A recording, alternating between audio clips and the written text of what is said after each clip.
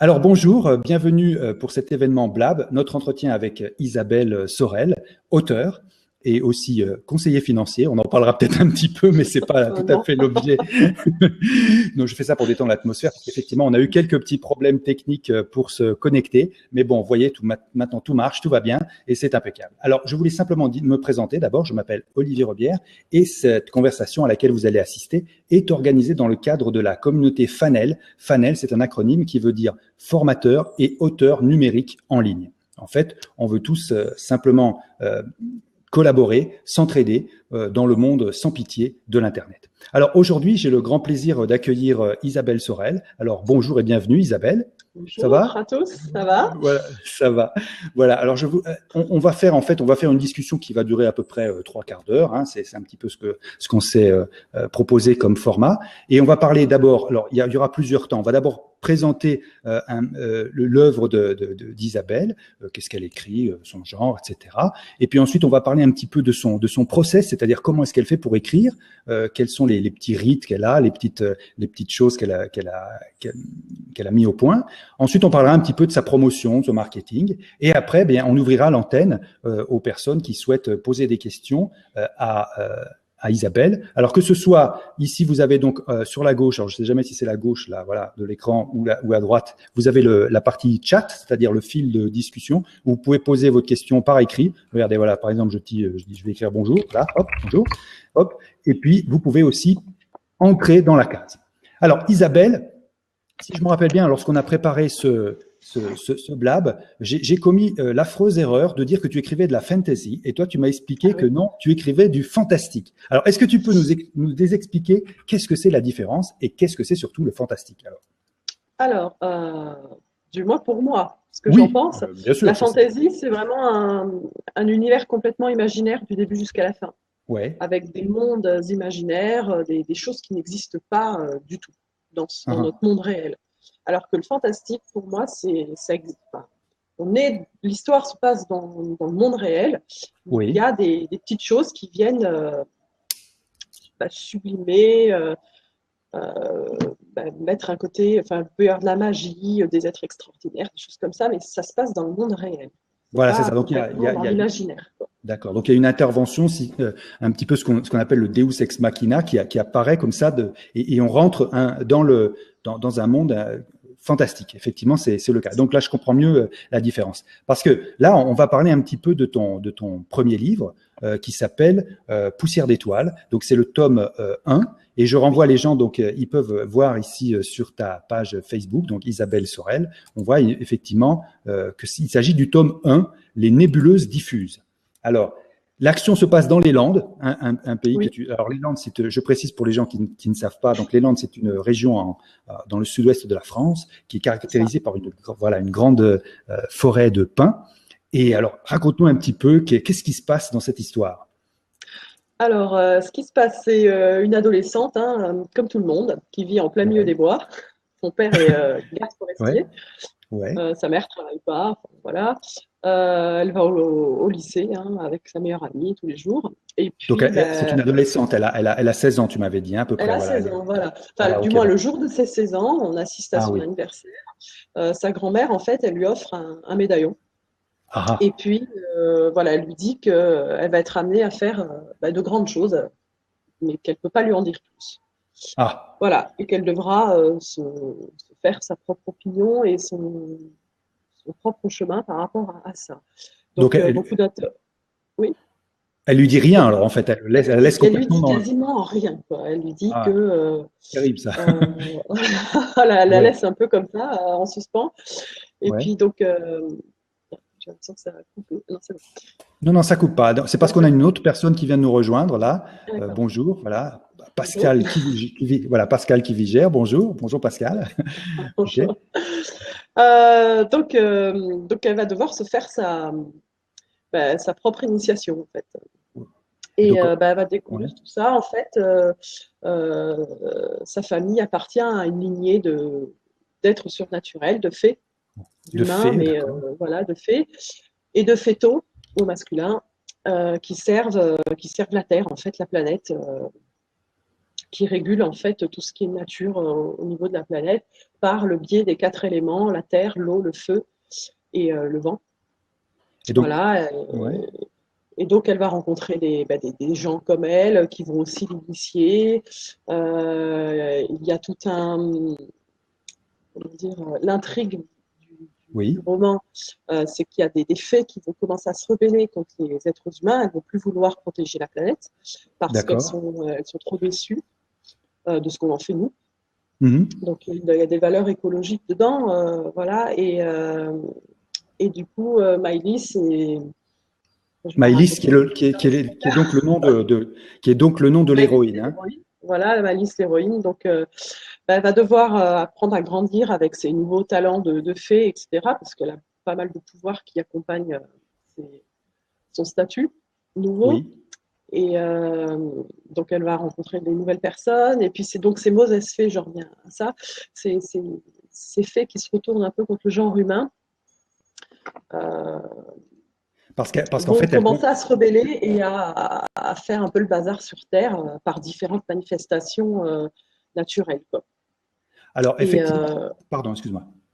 oui, Alors, je voulais dire, il faut qu'on comprenne effectivement quel est l'arc narratif, qu'est-ce qui va arriver à Maëlys, parce qu'effectivement, elle fait partie des humains et elle va peut-être être, comment dire, elle va être en porte-à-faux entre le monde auquel elle tend, c'est-à-dire le monde des fées, et le monde auquel elle appartient. Donc, elle va avoir des choix à faire. Et il y a même aussi, bon, parce qu'elle a 16 ans, elle connaît ses premiers émois amoureux. Mais donc, c'est tu arrives ça. à créer tout ça dans une ambiance. On en avait parlé à l'époque. C'était aussi une sorte de description presque poétique de toute la forêt landaise, de tout ce qui se passe, puisqu'effectivement, tu arrives à transcender cette région.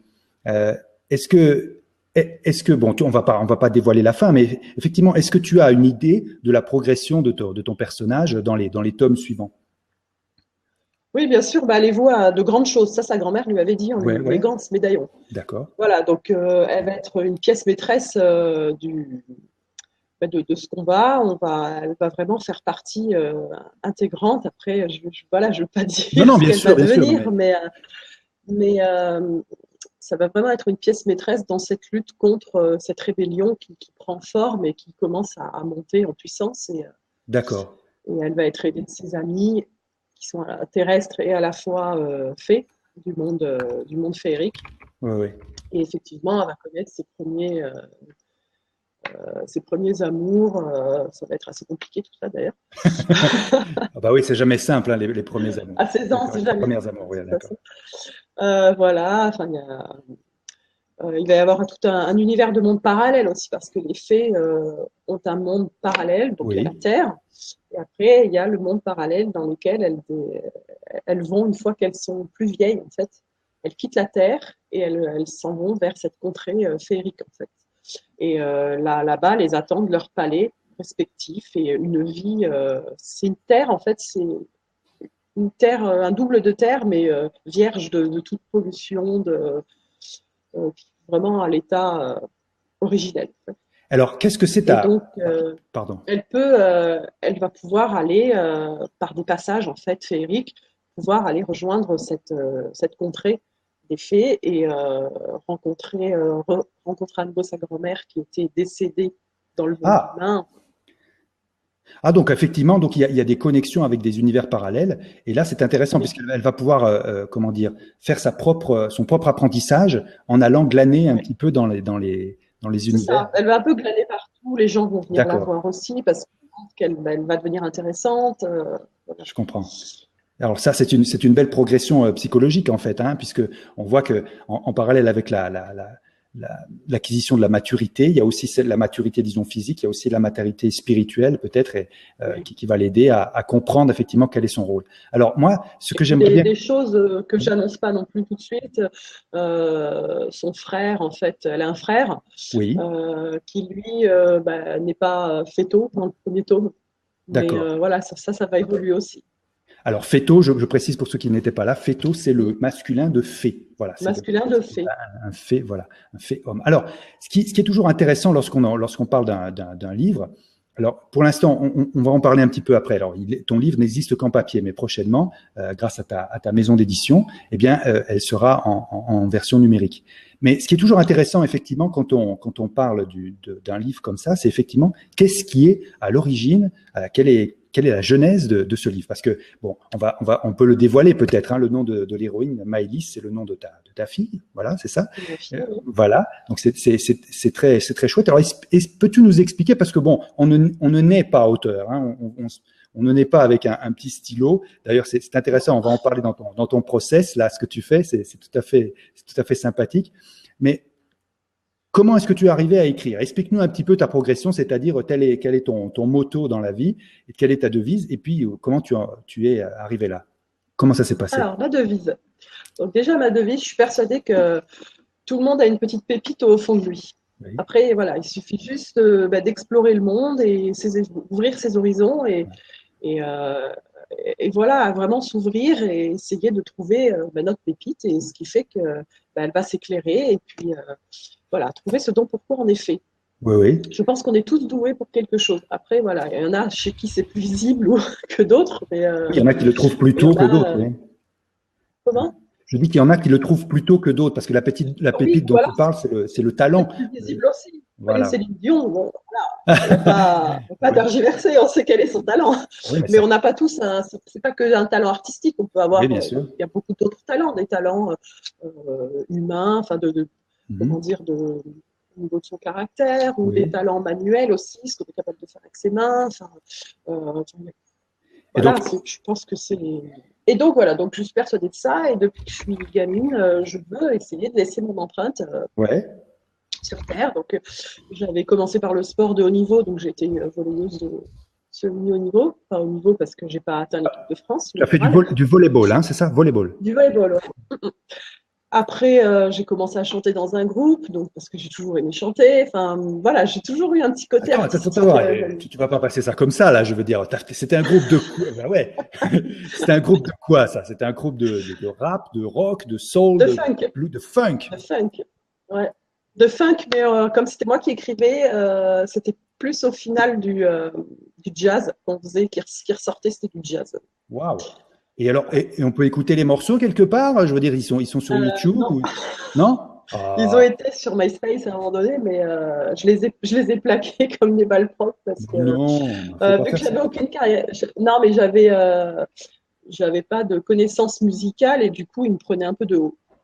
Voilà. Oui, mais bon. Et ça m'a un peu gonflé. Donc voilà, tout ce que je disais, c'était nul. Et pourtant, je pense que c'est pas parce qu'on n'a pas de formation musicale qu'on n'a pas l'oreille musicale. Mais évidemment. Voilà. Alors ça c'est clair. Mais alors, donc je veux dire, tu as quand même l'habitude on va dire, de performer, comme on dit presque en anglais. Hein. Bah si, je veux dire être comme ça dans une équipe de haut niveau de volleyball, aller presque en équipe de France, et puis aussi chanter. Alors c'est quand même ne pas avoir peur de se mettre devant les autres, etc. Bah, c'est que je me mets des coups de pied. Hein. Oui, bah, il faut se faire violence, hein, quelquefois. Et donc, il faut se faire violence. Si on a des ambitions et des buts qu'on veut atteindre, ça va pas venir tout seul. Donc, Alors, qu'est-ce qui t'a amené donc à écrire? Parce que écrire, c'est quand même, au début, c'est quand même éminemment introspectif, c'est un peu solitaire, on va dire, c'est pas facile, ça dure des semaines, etc. Alors, qu'est-ce qui t'a décidé à faire ça? Bon, déjà, je sais que je sais écrire. Parce que j'ai toujours eu des facilités à l'école, dans mon cursus scolaire, que ça soit au collège jusqu'en fac, où il fallait faire 10 pages de devoirs sur 5 heures de temps. Enfin voilà, ça n'a jamais été un souci, quoi. C'est bien. Une arme pour moi parce que ça camouflait un peu mes lacunes. Du coup, je brodais pas mal. Et j'ai un imaginaire débordant. J'adore le cinéma. Oui. Et j'aime beaucoup toutes ces sagas littéraires fantastiques. Et je me suis dit, mais des fois, je trouve ça un peu pas forcément super bien écrit. On ne propose pas aux jeunes forcément des choses très bien écrites. Alors, Et je me suis dit, tu vas pas dire de nom, mais moi je peux le dire. Enfin, pas de nom, mais je veux dire, il y a des trucs avec des vampires qui se passent plus ou moins, et voilà. Et ça, voilà. bon, effectivement, il y a peut-être des moments où il y a des scènes romantiques, ou des choses comme ça, et on aimerait bien qu'on décrive un petit peu plus ce qui se passe Ouais. voilà. Et c'est un petit peu, donc, Ou que ça nous fait élever les poils. Enfin, je sais pas, ouais, je c'est, comprends. là, je suis en train de lire un livre, pareil, une saga fantastique, et Ouais, il y a une histoire d'amour à l'intérieur. Moi, ouais. Alors, attends, ça alors, m'a rien fait en la lisant, je quoi. pose la question un peu provoque, quoi. Est-ce que c'est parce que tu es une femme et que tu attends un petit peu plus donc d'émotion, ou est-ce que bon, à ton avis, ça n'a rien à voir avec ça, c'est juste la. Non, mais Non. c'est quand je lis un livre, j'aime bien me sentir. C'est comme au cinéma. Ouais, Quand je lis un livre, je m'imagine dans la scène. d'accord. Que je sois lectrice ou écrivain, Ouais, j'aime être dans la scène. Et quand j'écris, c'est pareil, j'imagine la scène oui. et je me mets à écrire. Donc, du coup, pour faire imaginer la scène aux autres, bah, il faut forcément y aller en description, sans non plus que ça soit lourd, mais et puis faire ressentir ça en passant par les émotions, quoi, je pense. Oui, oui, je comprends, je comprends.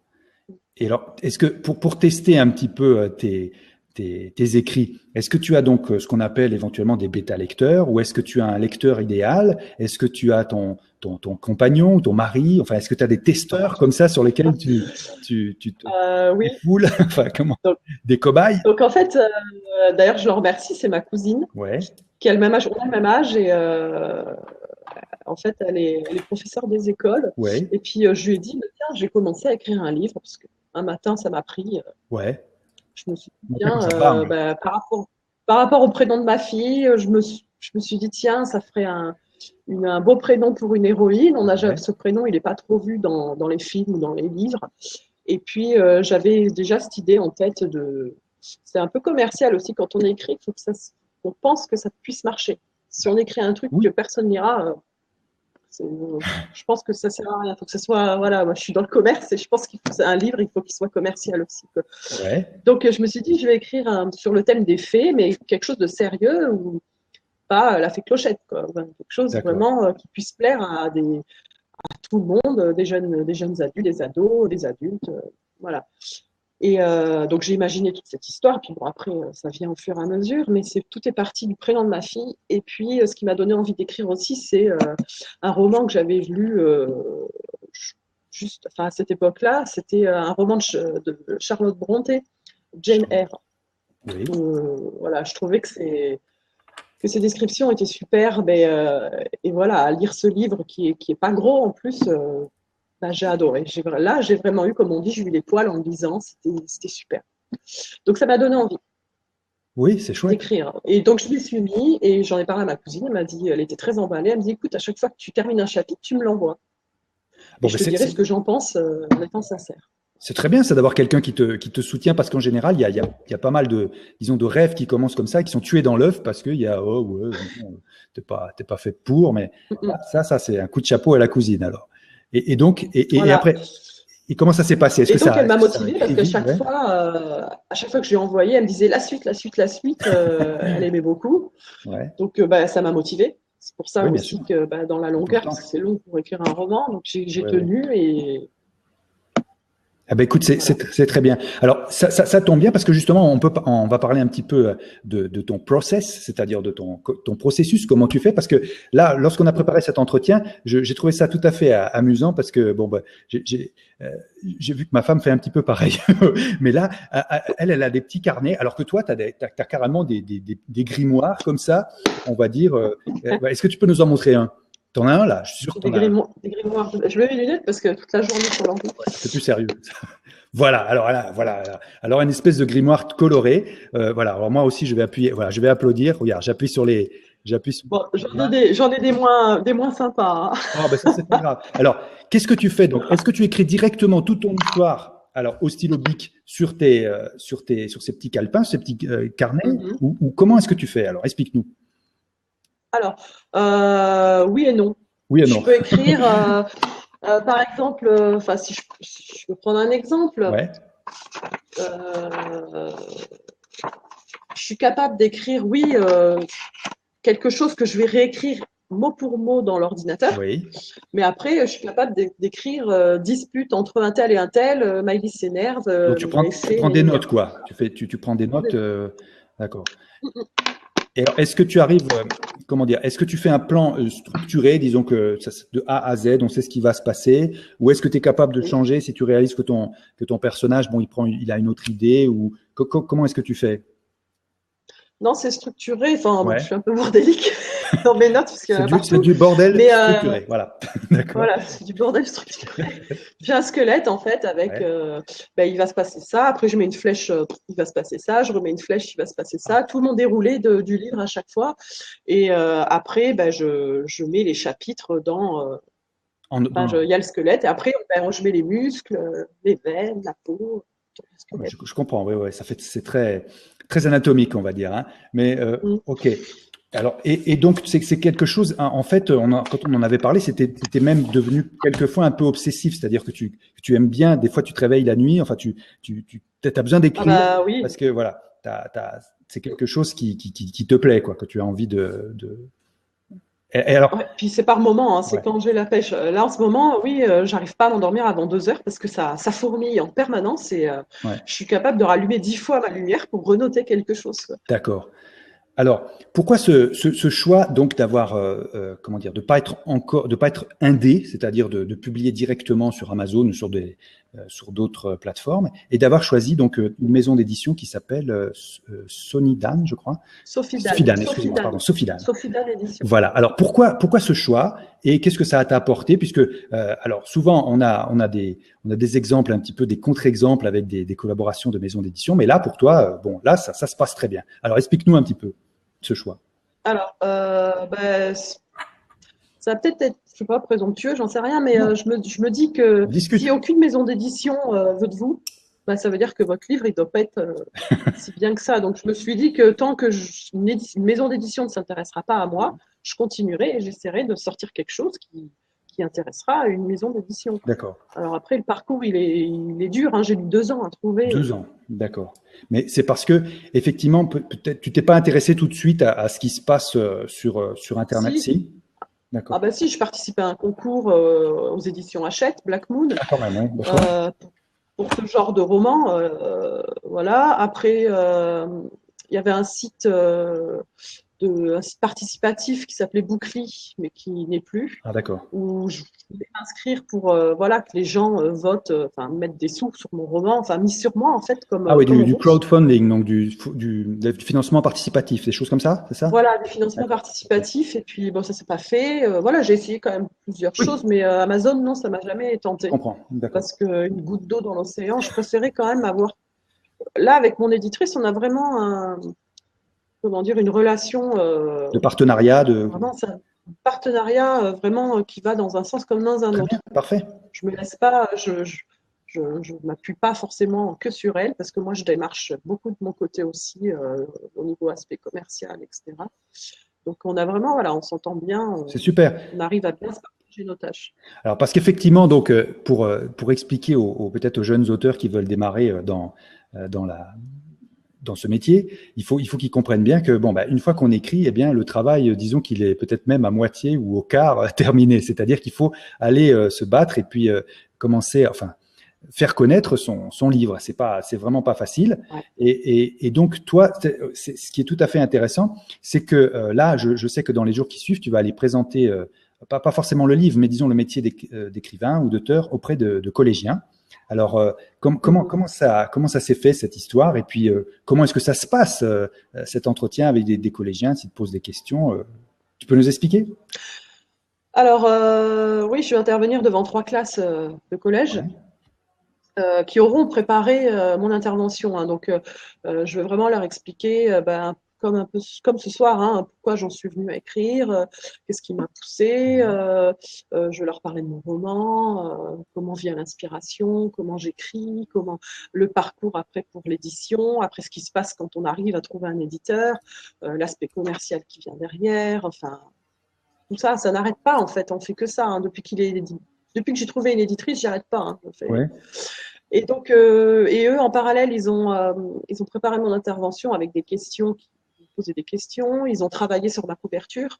Oui. Elle leur a fait faire un travail sur la couverture en fait, de créer un quatrième de couverture à Ah, partir de ma donc couverture. sans savoir Voilà. absolument Donc, ce qui se imaginez le passait. synopsis. Ah, voilà, sans savoir ce qui se passait forcément Voilà. dans le livre. Oui, sans savoir du tout que avec la couverture et le titre, faire un synopsis du roman. En fait, c'est marrant. Elle me les a envoyés, c'était Oui, assez chouette. oui, parce que effectivement, c'est une des choses qui est enfin, un des éléments fondamentaux de la vente des livres, c'est effectivement la couverture. C'est quelque chose qui est, Ouais. moi-même, quand j'ai débuté, je ne réalisais pas l'importance de ce truc. Il y a des codes qui existent. Effectivement, est-ce que tu peux nous expliquer comment cette couverture a été réalisée là pour Poussière d'étoiles? Qui c'est qui l'a fait? Mhm. Est-ce qu'il y a eu plusieurs idées, plusieurs projets? Comment ça s'est déroulé? Alors, celui qui a fait la couverture, c'est le fils de mon éditrice, Oui, qui est architecte. très bien. Voilà, et il gère très bien tout ça, a priori. Il s'appelle Romain. Oui, Voilà. Et en fait, la couverture, ben, je l'ai laissée. Enfin, déjà, bon, mon livre s'appelle Poussière d'étoiles, les nébuleuses diffuses. oui, Donc, du coup, ben, lui, il a imaginé une nébuleuse qu'il a construite vraiment entièrement. Et voilà, parce que la poussière d'étoile, en fait, c'est la poussière de fée, tout oui, simplement. Quand elles s'envolent, elles font de la poussière autour d'elles, la je poussière comprends. étincelante, quoi, comme des paillettes. Donc, du coup, on a imaginé cette nébuleuse.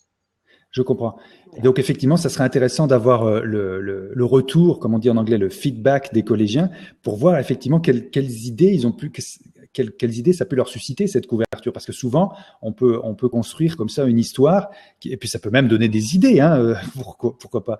Mhm. C'est intéressant. Et alors, est-ce que tu as déjà eu donc des entretiens comme ça avec des collégiens hein, déjà? T'en as rencontré quelquefois? Collégien, Des non, lycéens, mais pardon.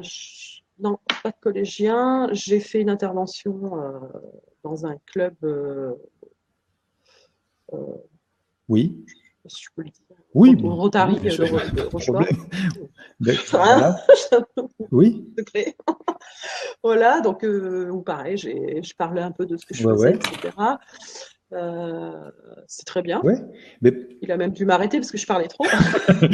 mais oui, c'est parce que tu m'avais expliqué d'ailleurs que les gens sont souvent surpris de la différence entre on va dire ta manière de t'exprimer, parce que ta gouaille, donc comment tu t'exprimes à l'oral, et puis disons l'aspect presque ciselé de ton écriture.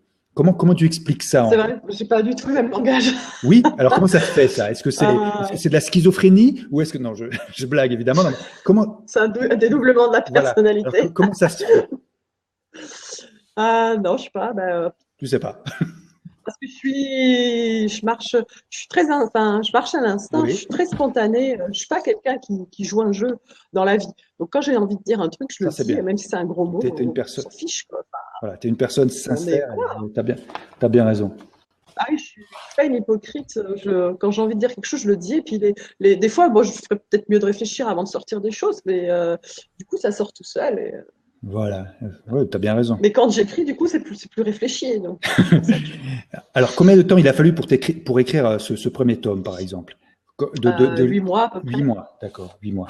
Et est-ce que tu penses, disons que maintenant que disons que tu t'es fait un petit peu la main, tu vois un petit peu sur quels obstacles tu es tombé, est-ce que tu penses que le tome 2, donc ça devrait être quelque chose qui devrait être plus simple à produire, entre guillemets, ou à écrire? Euh, oui, Oui, il sera parce que plus ça va et même quand on lit le premier, vu que c'est mon premier roman, ouais. on s'aperçoit quand même que l'écriture est, moi je la trouve plus jolie à partir du cinquième chapitre. Voilà. Ah, d'accord, Je suis vraiment satisfaite de mon roman à partir du cinquième chapitre. d'accord. Même si les gens qui l'ont lu, ils n'ont pas trouvé. Mais voilà, moi je suis vraiment satisfaite à partir du cinquième chapitre. Donc plus ça va et plus je m'améliore, ce qui est normal aussi. Hein, plus on a de pratique. Et est-ce que Et Pardon, parle-nous un petit peu de ce sentiment de peut-être de renoncement qui existe lorsqu'on réalise en tant qu'auteur que bon bah son œuvre, elle passe disons d'une sorte de création au statut de produit. C'est-à-dire, c'est souvent. Comment est-ce que tu as vécu ça? Est-ce que c'était quelque chose de difficile, ou est-ce que c'était quelque chose que tu avais à laquelle tu avais réfléchi, pardon, précédemment, ou est-ce que tu n'as pas du tout ce problème? oh bah non, j'étais super contente qu'il passe à l'état de produit, oui. Enfin, Ouais. c'est un rêve pour quelqu'un qui écrit une histoire. Après, on se met à nu, hein. Dès lors Ouais, qu'on c'est- on commence à faire lire son roman, il faut s'attendre soit à des critiques ou soit à des oh ben, enfin, des critiques qu'elles soient positives ou négatives, mais les gens nous perçoivent différemment après, quoi. Mais bon, dans mon sens, c'était bien. ouais. Ils me percevaient mieux qu'à l'original, en fait. Ils étaient étonnés que voilà que je sorte des choses comme ça, quoi. Eh ben, c'est très bien. Mais j'ai même eu la réflexion de mes parents, ma mère qui me dit, mais je savais pas que tu avais autant de vocabulaire, enfin, Mais écoute, c'est bien, faut le prendre bien, hein, parce que sinon, si. non, c'est une super aventure. Dès lors qu'on commence à discuter avec une éditrice, c'est super, Oui, quoi. oui, je comprends. Alors voilà, alors là, moi je pense qu'on a appris des tas de choses tout à fait intéressantes sur Isabelle Sorel et puis son œuvre. Alors, nous ne sommes que quelques personnes pour l'instant à suivre, mais bon, je vais ouvrir une des cases là qui est juste dessous. Alors, s'il y a des personnes qui souhaitent intervenir et puis poser des questions directement à Isabelle Sorel, n'hésitez pas, on va pas mordre, on n'est pas méchant. Non. Et donc Ça parle pas de vampire. voilà. Donc n'hésitez pas. Alors il suffit juste de cliquer donc sur le petit cercle, la petite sphère qui vient de pulser tout à fait en bas à droite. Et puis à ce moment-là, bon, je vais accepter votre intervention et puis on va répondre. En attendant, bon, on va comment dire, en attendant que d'autres personnes aient le, le courage, parce que je sais que c'est pas facile. Ah, je vois que Pascal, on va accepter Pascal. Ah. Bonjour Pascal. Alors, elle se jette dans l'arène. On va bien voir. Alors, la connexion va se faire gentiment. Et puis, alors Pascal, c'est une des personnes aussi qui je crois, elle est auteur. Et voilà. Bonjour Pascal. Bonjour, bonsoir plutôt. Bonsoir. Bienvenue. Bonjour Olivier. Alors voilà, tu peux poser Oui, alors attendez. Tu peux poser tes questions à Isabelle. J'oublie tout le temps. C'est pas grave, prends ton temps. On est entre nous, pas de problème. Alors voilà. Alors, on a peut-être juste un petit problème de connexion avec l'Espagne. Je crois qu'elle est en Espagne, Pascal Kivier, voilà, dans le nord de l'Espagne, dans la région d'Alicante. Ce sera une des prochaines auteurs qui va intervenir ici. Bon, on va attendre simplement que ça se refasse la connexion, ça arrive, puisqu'effectivement, comme vous avez compris, Blab fonctionne sur plusieurs, enfin, on peut intervenir d'où que ce soit sur notre petite planète. Et donc, voilà. Moi-même, j'ai une petite carte où on voit des gens. Je vois qu'il y en a un qui est peut-être dans la région de Seattle, là-bas aux États-Unis. On en a, oui, c'est ce que voilà, on en a une personne qui est en Floride. Bon, là, c'est moi. Là, je suis dans les Caraïbes. Hein. Voilà. Et puis voilà. Et moi, je suis en France. Voilà. Alors, tu es en France. Tu es à Rochefort, une ville que je connais bien, je crois. Voilà, une très belle ville. Voilà, où il y a aussi la Corderie Royale que vous pouvez visiter. Voilà, que c'est très. Et l'Hermione. Voilà, l'Hermione, donc le bateau, le 3 mâts qui a mondialement. Voilà, qui a traversé les États-Unis, donc jusqu'aux États-Unis, pardon, et qui était commandé par Lafayette. Alors, je vais donc, Pascal, ne le prends pas mal, je vais juste te sortir donc pour l'instant du Blab et tu vas essayer de rentrer de nouveau, d'accord? Voilà. Donc je vais réouvrir la case de Pascal qui va essayer de rentrer. Donc s'il y a d'autres personnes qui souhaitent intervenir, n'hésitez pas. C'est pas facile, mais on est dans les. Je peux vous l'assurer que nous sommes dans les premiers blab francophones. Hein. On est parmi les premiers, donc il faut toujours essuyer un petit peu les plâtres. Voilà, Pascal va essayer de rentrer de nouveau. Voilà, on va attendre que la connexion s'établisse. Et moi, je vais m'essuyer un petit peu parce qu'il fait chaud ici sous les toits. Voilà. Ça suffit, il a plu toute la journée. Ah bah oui, mais ici aussi il a plu. Hein. La pluie tropicale, c'est quelque chose. Alors. Bon, pas de chance pour l'instant avec Pascal. On n'a pas eu de chance aussi avec toi, Isabelle, au début. Mais bon, oui. C'est comme ça. Moi, par contre, j'ai plus rien, c'est normal. Tu n'as plus rien de quoi? J'ai plus l'image. Tu n'as plus l'image. Ah bon, ben ça veut dire. Moi, je te vois. Donc, ça veut dire que Blab est en train de gérer. Comment dire? On n'entend plus que le son, peut-être. Hein. Est-ce que tu m'entends? J'ai plus que le son. Oui, j'ai le son, mais j'ai pas l'image. Bon, ben, on va attendre que la connexion se fasse avec Pascal. Alors, c'est toujours un petit peu comme ça au début. En tout cas, Pascal est en ligne. Elle va. Ah voilà, Hilary Steele. Hi Hilary. I would like to say that this blab is held in French. But if you understand French, you are welcome to hear and to participate. Hello. Voilà. Ah ben, non, je vois que Blab a... Thank you, Hilary. Thank you very much. Voilà. Donc, bon, on va continuer notre petite conversation. Je vais réouvrir de nouveau la case pour Pascal, qui a... Alors, je sais pas, Blab a du mal. Il doit y avoir du monde, là. Il y a pas mal de trafic. On est tous en train de parler. Voilà. OK. Alors, finalement, si je vais commencer un petit peu à faire le récapitulatif de ce qu'on a discuté ensemble, si tu le veux bien, Isabelle, puisqu'on s'approche tranquillement de la fin de cette émission. On a peut-être 5 ou 6 minutes encore. Eh bien, on a, voilà, je réaccepte Pascal. On va voir si ça se fait cette fois-ci. Donc, on a compris que tu as écrit ton premier livre qui s'appelle Poussière d'étoiles, donc Les nébuleuses diffuses, qui est le nom de ton premier tome. Donc, c'est l'histoire d'une jeune fille, Maëlys, de 16 ans, qui va petit à petit, le jour de ses 16 ans, être confrontée à découvrir des pouvoirs magiques, puisque sa grand-mère lui a donné un médaillon, comme ça, de façon un petit peu impromptue, sans rien lui expliquer, et elle va découvrir tout un univers, et que la Terre est en danger. Elle va devoir faire un certain nombre de choses, elle va découvrir, elle va tomber amoureuse, etc. Et puis, on a découvert que voilà, on a découvert aussi ton process d'écriture, c'est-à-dire que tu as été à la fois, donc avant cela, tu as été une volleyeuse de performance, hein, tu étais allé presque jusqu'à à l'équipe de France, et puis aussi tu as chanté, tu as composé de la musique funk. Alors, je trouve ça terrible que tu aies effacé ces choses-là. Il faudrait que tu les remettes quelque part. Et puis, bon, tu en es arrivé à l'écriture. Hein, et au bout de 8 mois, tu as réussi à concevoir ce premier tome. Et c'était un peu le parcours du combattant, mais au bout de 2 ans, tu as réussi donc à trouver ta petite maison d'édition avec laquelle tu travailles très bien en symbiose. Et puis, prochainement, vous allez donc envahir l'ère numérique. Est-ce que tu peux nous en parler un petit peu? Est-ce que vous avez concocté ça déjà, ou est-ce que c'est juste en gestation? Alors non, c'est vraiment en gestation. Hein. Ouais. Voilà, elle m'a dit qu'on allait venir au format numérique, mais j'en sais pas plus, quoi. Ouais.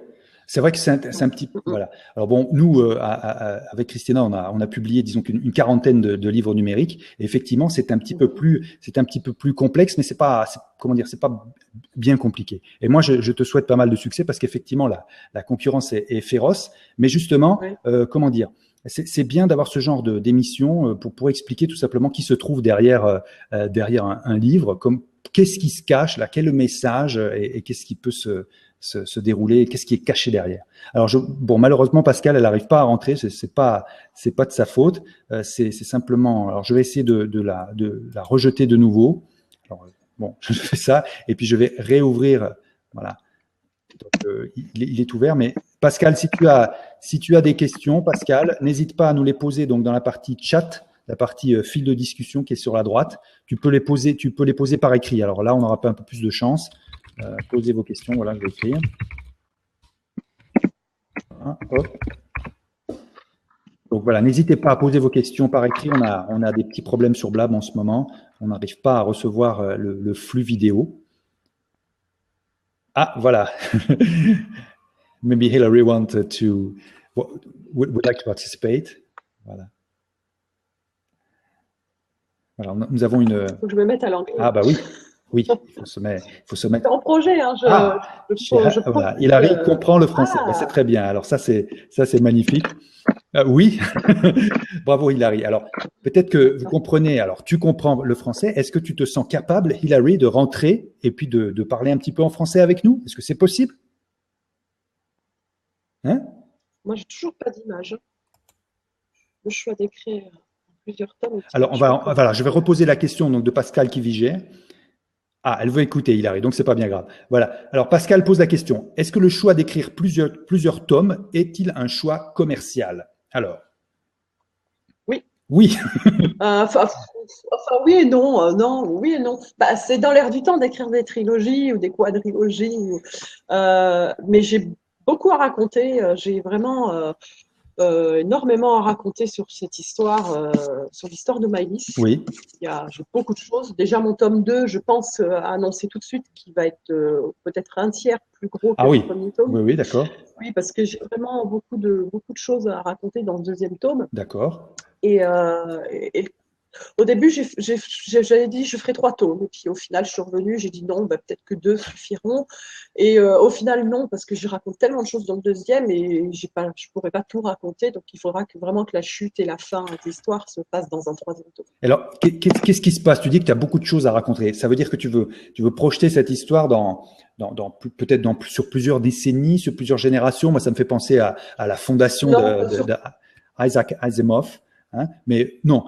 Non, ça sera sur quelques années. Mais c'est l'histoire de la vie de Maëlys, c'est ça? Voilà, ouais, de la jeunesse de Maëlys, en fait. C'est intéressant. Et comment est-ce que tu arrives donc à organiser tout ça? Est-ce que c'est clair pour toi? Est-ce que tu arrives à voir les différentes strates de ta saga? Ah oui, le deuxième, je vous dis, j'ai tout mon squelette. Donc c'est bon, je commence vraiment à garnir tout ça. Et le 3e tome, je connais vraiment l'issue finale du roman, oui, je la connais. Après, j'ai le temps pour imaginer tout ce qui viendra avant le final, mais je connais mon final. Oui, je sais ce qui va s'y passer. Les choix que fera Maëlys, etc. Bon, c'est super parce qu'on a l'impression, en fait, en discutant avec toi, que disons que pour cette partie de ta vie, tu as trouvé ton truc, quoi. Tu as trouvé ta voix, c'est bien. On te sent bien, là, on te sent en phase avec ce que tu fais. Ça fait plaisir à voir, c'est chouette. C'est vrai, mais je m'éclate, hein, dès lors que je suis pas fatiguée, surtout la vie, elle est fatigante, ouais. Que voilà, j'ai le moral, je prends mon ordinateur, mon petit calepin et j'adore ça, quoi, créer des histoires. Comme je disais, j'adore le cinéma et mon grand rêve, ça serait vraiment d'aller vers du cinéma. Après, pourquoi pas que ça soit retranscrit. Moi, à chaque fois, c'est peut-être encore une fois présomptueux, mais à chaque fois que j'écris, je pense toujours à une scène et je vois mes personnages dans un. Tu sais que les anglophones, ils disent « If you want to get big, you have to think big ». Donc, si tu veux devenir grand, il faut penser grand. Hein, donc, il ne faut pas hésiter. OK. Bon, et puis, rêver, c'est encore gratuit. Donc, et le rêve, des fois, ça fait avancer. Mais écoute, c'est tout à fait vrai. Je veux dire, tout ce qui existe autour de nous, tout ce qui a été construit par l'homme et par la femme, évidemment, eh bien, comment dire, ça a été un rêve. Ok, alors on s'approche tout tranquillement de la fin de notre émission. On s'était proposé 45 minutes quand on avait discuté. Alors, je vais te laisser un petit peu le mot de la fin. Moi, j'étais très heureux de passer ces quelques minutes avec toi, Isabelle. On a appris plein de choses sur ton œuvre, sur ce que tu as envie de faire. On voit une jeune femme aussi parce que tu es une maman occupée. Hein, tu as deux enfants, je crois. Voilà, c'est pas facile de gérer tout ça. Et en plus, tu es une, comment dire, tu fais un petit peu de prosélytisme. Tu vas avec ton bâton de pèlerin comme ça pour expliquer aux collégiens et aux lycéens ce que c'est difficile. Enfin, c'est difficile ou pas, mais en tout cas, c'est beau. C'est une belle mission de faire rêver les gens comme ça en écrivant. Alors, je vais te laisser le mot de la fin. Alors, ça peut être un paragraphe, évidemment. Alors, qu'est-ce que tu veux nous dire pour finir cette conversation? Achetez mon livre. Alors... Il est génial. Non, j'ai pris beaucoup de plaisir aussi. C'est super sympa. J'ai vraiment bien aimé faire cette émission. Ouais. J'étais très à l'aise. Merci Olivier. Je t'en prie, tout le plaisir est pour moi. Voilà. Non, voilà, je sème des petits cailloux tous les jours, un peu plus, et j'espère qu'un jour la bonne personne ramassera ce petit caillou, ou plein de personnes ramasseront tous les petits cailloux que je lance, et qui fera que ça puisse. Enfin, j'aimerais bien que ça devienne mon métier parce que ça ne l'est pas à l'heure actuelle, et quoi de plus beau dans la vie que de faire vraiment ce qu'on a envie de faire. Donc, voilà. C'est vrai, c'est sympa, c'est bien comme message. En tout cas, justement, ça me permet de faire une petite transition. Donc, je voulais dire que cet entretien est organisé dans le cadre de la communauté Fanel, qui s'appelle donc formateur et auteur numérique en ligne, et dont le but est en fait de faire ce qu'on appelle du marketing collaboratif, c'est-à-dire d'expliquer ce que font les membres, et puis du marketing aussi éducatif, c'est-à-dire simplement expliquer ce qui se passe derrière pour que les gens, éventuellement, ceux qui ont envie, achètent. Hein, on se cache pas, on a chacun nos produits, que ce soit des livres ou des formations, mais simplement on a envie d'en parler calmement, sans agresser les gens, tranquillement, dans le cadre d'une conversation. Alors encore une fois, donc ceux qui veulent participer à la communauté sont cordialement invités. Moi, je dis que de toute façon, ce n'est pas une expérience unique. On aura l'occasion évidemment de retrouver Isabelle dans d'autres conversations. j'essaie d'en organiser d'autres. Et les membres aussi de la communauté Fanel, petit à petit, eh bien, pourront en organiser eux-mêmes. Il n'y a pas marqué Olivier pour faire exclusivement des blabs. Le blab, c'est vraiment une plateforme tout à fait exceptionnelle qui nous a été apportée par les États-Unis, encore une fois. Mais bon, ça n'empêche pas qu'on peut s'en servir, nous aussi, les francophones. Voilà. Alors, il se sert bien de beaucoup de nos inventions. Oui, mais bon, je veux dire, il n'y a pas du tout de… Là, on est vraiment dans le collaboratif et l'entraide. Ok, alors moi, j'étais très heureux de passer donc ces quelques minutes avec toi, Isabelle. Alors, merci aux spectateurs qui nous ont fait la gentillesse d'y participer. Oui, merci à vous. Voilà, merci à Pascal et merci aux autres. Merci à Hilary qui a été très gentille de participer avec nous. Alors, vous allez donc pouvoir recevoir vous allez pouvoir recevoir dans votre boîte email les liens pour pouvoir tout simplement revoir cet entretien ou aussi tout simplement en tant que podcast l'écouter pendant que, je ne sais pas, vous êtes en train de faire votre repassage ou d'autres activités, pourquoi pas. Voilà. Alors, merci beaucoup Isabelle. À la prochaine fois. Merci à tout le monde. Et au revoir, à la prochaine émission. Au revoir, merci beaucoup.